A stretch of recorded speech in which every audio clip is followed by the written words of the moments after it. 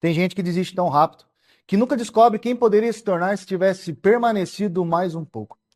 Presta atenção nisso. Talvez a maior tragédia da sua vida não seja fracassar, talvez seja parar cedo demais. Porque muita gente não perde para falta de talento, perde para falta de permanência. Perde porque começa cheio de emoção, mas abandona quando o céu continua seco.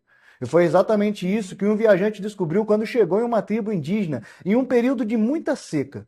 A terra estava rachada, as plantações estavam morrendo, a água tinha acabado, tudo parecia perdido. Mas o viajante percebe algo estranho. A tribo inteira estava se preparando para dançar, os tambores estavam sendo organizados, as pinturas estavam sendo feitas, os corpos estavam sendo preparados.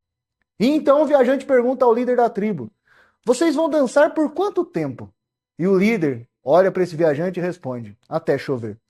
Agora pensa nisso, a mentalidade deles não era vamos tentar, era vamos permanecer até acontecer. E aqui está o problema dessa geração. As pessoas querem colher sem permanecer, querem transformação sem processo, querem milagre sem constância e querem promessa sem travessia. Mas tudo que Deus constrói passa pelo teste de permanência.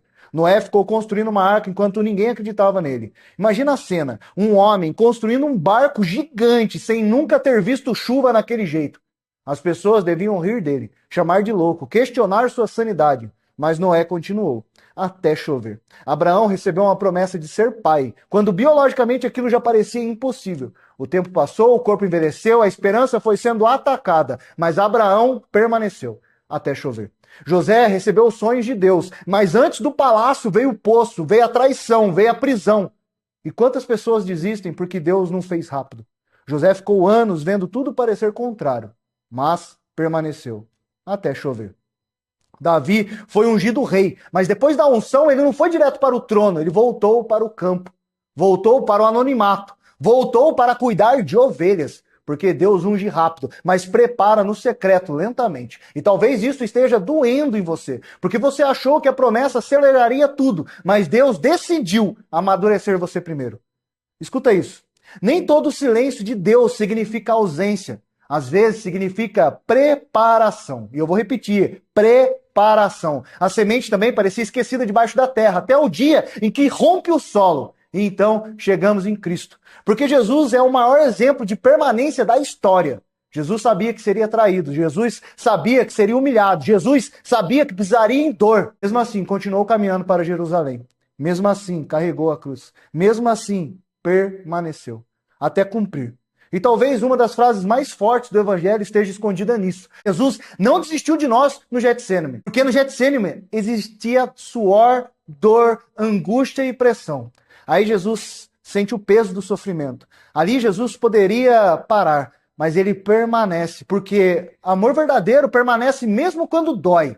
E isso confronta a nossa geração. Porque hoje as pessoas abandonam tudo quando começa a ficar pesado. Abandonam o casamento, abandonam o propósito, abandonam o ministério, abandonam disciplina, abandonam oração, abandonam processos. Primeira dificuldade já vira motivo para parar. Existe algo que você precisa entender. O céu responde pessoas que permanecem.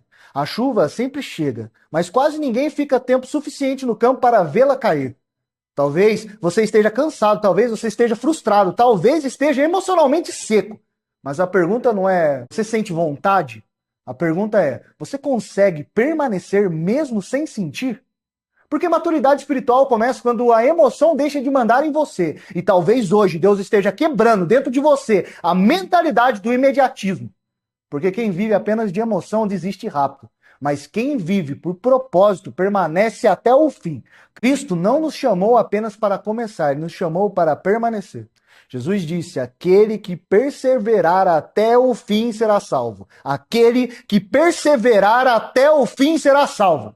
Olha o peso disso. Até o fim. Não é sobre intensidade momentânea, é sobre continuidade. Talvez o milagre esteja mais perto do que você imagina, mas você está querendo sair do campo cedo demais. Talvez a chuva já esteja se formando e você só consegue enxergar o chão seco. Mas fé não é continuar quando tudo faz sentido. Fé é continuar quando ainda não caiu uma gota. E hoje eu quero te confrontar.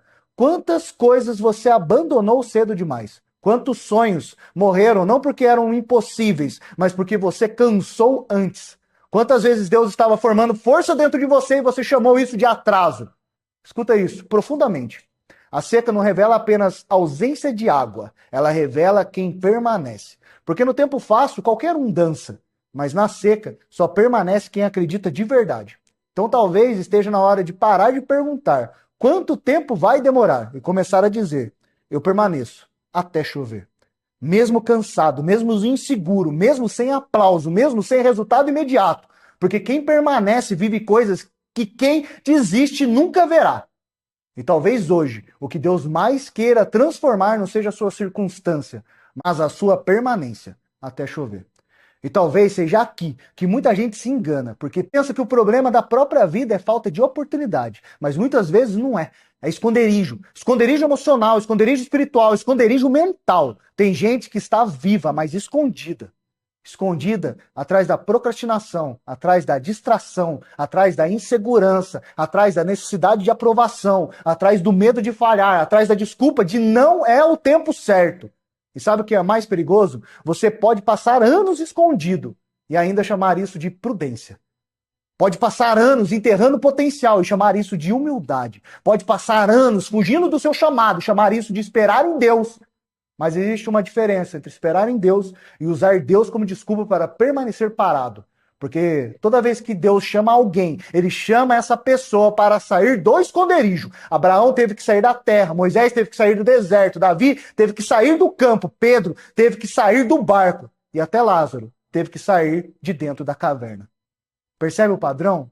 O reino de Deus sempre confronta escondimentos, porque existe algo dentro de você que o medo tenta manter enterrado. Talvez você tenha se acostumado a sobreviver pequeno. Pequeno nos sonhos, pequeno na fé, pequeno na coragem, pequeno na voz, pequeno na identidade. E aos poucos você vai se apagando. Vai vivendo abaixo daquilo que Deus colocou dentro de você. Não porque não consegue, mas porque se escondeu por tempo demais.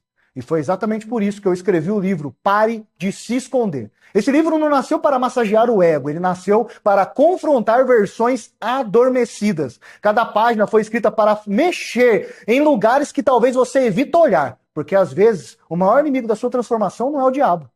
É a versão acomodada de você mesmo. E eu vou repetir. A versão acomodada de você mesmo. A versão que aprendeu a sobreviver, mas desaprendeu a avançar. Talvez você esteja esperando a chuva cair. Mas Deus está esperando você parar de se esconder. Porque existem pessoas que querem mudança, mas continuam escondendo seus dons, sua voz, sua liderança, sua fé, sua coragem, e ninguém vive propósito verdadeiro escondido. Jesus disse: ninguém acende uma luz para colocá-la debaixo da mesa. Olha a profundidade disso. Você não nasceu para ficar escondido, nasceu para iluminar no lugar mais alto. Nasceu para manifestar, nasceu para transbordar aquilo que Deus colocou dentro de você. Mas para isso, alguma versão antiga precisa morrer. A versão que trava, a versão que te sabota, a versão que sempre começa e nunca termina. A versão que vive esperando o momento perfeito. Porque talvez o momento não precise ser perfeito. Talvez só precise parar de fugir. E eu sinto que muita gente vai ler esse livro e perceber que não estava cansado da vida. Estava cansado de viver longe da própria identidade. Se essa mensagem mexeu com você, se em algum momento você se viu nela, talvez não tenha sido coincidência, talvez seja Deus tentando arrancar você do esconderijo. Para de se esconder. Não é apenas um livro, é um confronto com a versão que está impedindo você de viver tudo aquilo que nasceu para viver. Porque a chuva chega. Mas primeiro você precisa sair do esconderijo. Talvez hoje você tenha duas escolhas. Continuar vivendo no automático ou finalmente enfrentar aquilo que estava travando a sua vida há anos. Porque chega um momento em que permanecer escondido começa a doer mais do que mudar. E talvez esse seja o seu momento. O momento de parar de fugir, parar de se diminuir, parar de esperar aprovação, parar de sobreviver abaixo daquilo que Deus colocou dentro de você. A chuva não cai sobre quem se esconde da própria transformação. Ela cai sobre quem decide permanecer, mesmo durante o processo. Então, se você sente que existe algo dentro de você querendo despertar, leia esse livro. Mas leia com coragem, porque ele não foi escrito para distrair você. Foi escrito para arrancar máscaras, quebrar desculpas e despertar versões que ficaram enterradas por tempo demais. Para de esconder. Clica no link que está na descrição e adquira agora. Talvez essa não seja apenas uma leitura. Talvez seja o começo de uma transformação que você adiou por muitos anos.